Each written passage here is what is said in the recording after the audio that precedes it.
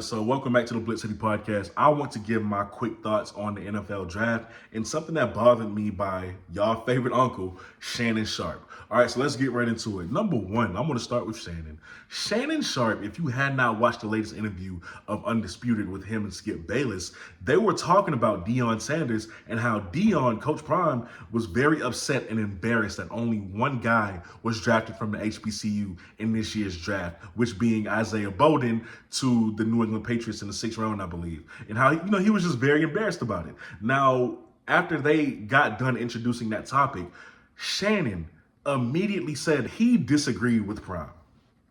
That to him, somewhere in this excerpt, he said to him, if these HBCU players were good enough to get drafted this year, they would have been drafted.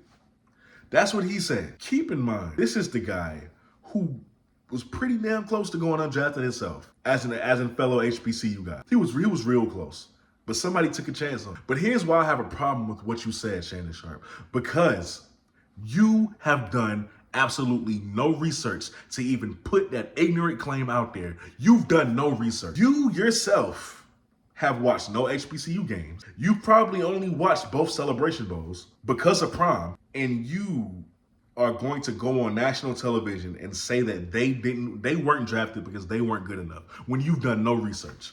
You don't know one prospect from the HBCU. You want to talk about journalistic integrity or lack thereof journalistic integrity. That's as irresponsible as they come. Because if I recall correctly, Steve Smith, future Hall of Famer, I don't know if he's already a Hall of Famer, but if he's not, future Hall of Famer wide receiver, Steve Smith does this for a living too. He looks for diamonds in the rough. One of the guys that he researched was Xavier Smith from FAMU. Thought he should be drafted. Jim Nagy, who is the actual coordinator over the Senior Bowl, ladies and gentlemen, got on Twitter because he was scratching his head because he couldn't believe that Isaiah Land still hadn't been drafted yet.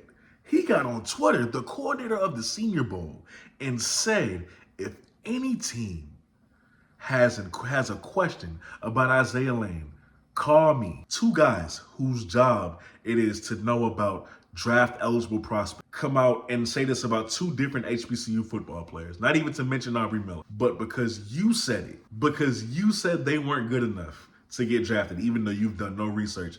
People, we should just take your word for it. And the saddest thing about it is people are going to take your word for it because you're Shannon Sharpe. You unk. Just off the strength of that, people ain't going to listen to nothing else. They ain't going to do no research. If Shannon say it is true. That's what makes me most upset about his comments. It was hurtful, but I digress with that. I get on social media and I see people overreacting about the NFL draft. Basically saying, all you HBCU guys, y'all should leave for Power 5. Because after this draft, you see now that y'all aren't going to get the attention. You're not going to get drafted from here. Go Power 5 if you can. Go FBS if you can. That's absolute BS. Because yes, Tank Dell did make it. And it's a great story. Tank Dell did make it. Alabama A&M to Houston. Now he was a high draft pick. And I'm so happy for him because he's a talented athlete. You need to know that for every Tank Dell, there's a Quinterio Cole. There's a Sean Steele. There's a Dalen Baldwin. But nobody wants to talk about those three, and I'm just using them for an example. That is no disrespect to those three at all. Nobody wants to talk about them. You only want to focus on the anomaly of Tank Dell. Quinterio Cole was one of Alcorn's best defenders. Transfers to Louisville, that's Power 5. Goes undrafted. Signed with the Raiders. Now he's in the XFL. Sean Steele was one of UAPB's best defenders just 2 years ago. Don't even know where he is now. I tried looking it up. Don't know where he is. And if he's still in school, the draft buzz ain't there. Dalen Baldwin ended up at Michigan. This man had offers from Ohio State, Michigan, Akron. He had the FBS office. Couldn't get the production. Could barely get on the field. But nobody wants to talk about it. Like I said on Twitter, if you want to go Power 5 because you think that's the best option for you, okay. I won't be mad at you. I really won't. But you really should know that it is not enough to just put on that Michigan helmet, that Alabama helmet, that Clemson helmet. It ain't enough. That alone ain't going to get you drafted. As a matter of fact, your production better skyrocket. You better be putting up Tank Dell numbers. You better be out there balling if you want to get drafted. That's the part people don't talk about. You gotta produce better than what you was doing at the FCS level. You gotta really show out.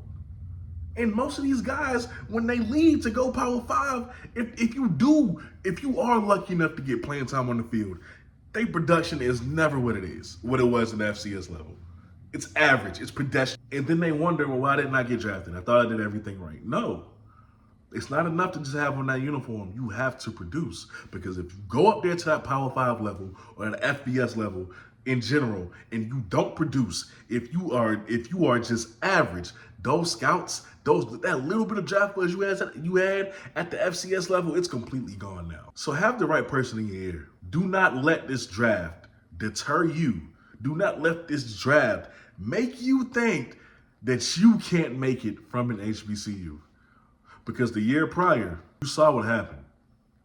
And you saw what James Houston, Jacoby Durant, and Joshua Williams is doing right now. Even Marquise Bell, still on the active roster for the Cowboys. You can make it from the HBCU, man. Don't let this year deter you. I know it was a mess. I'm upset about it too. Don't let it deter you if you're an athlete watching. And to everybody else, yes, the draft didn't go the way we wanted to. Shaq should have been drafted. Aubrey should have been drafted. Isaiah should have been drafted. Xavier should have been drafted. Mark Evans should have been drafted. I can go on, but it didn't happen. But one thing I could promise you is that we're going to hear and see a lot of clips on social media about how those guys with the big chip on their shoulders from HBCUs absolutely embarrassing people in camp. I have no worries about them. I know they'll make. Shaq Davis signed one of the biggest undrafted free agent contracts this year with $216,000. They know he gonna make it. They know he should have been drafted, but they wanted to get our players at a fraction of the cost, and they did it. All we can do, move forward the next year and worry about the next group. With that being said, y'all are watching the BlitzCity Podcast. This is my rant/thoughts on this. I don't even want to talk about this no more. That's why I put it in the video. If you made it to the end of the video, thank you so much, because a lot of people don't do that. They watch the first 30 seconds and already commenting something I've already said. Yeah, but thank y'all for watching, man. I'm out.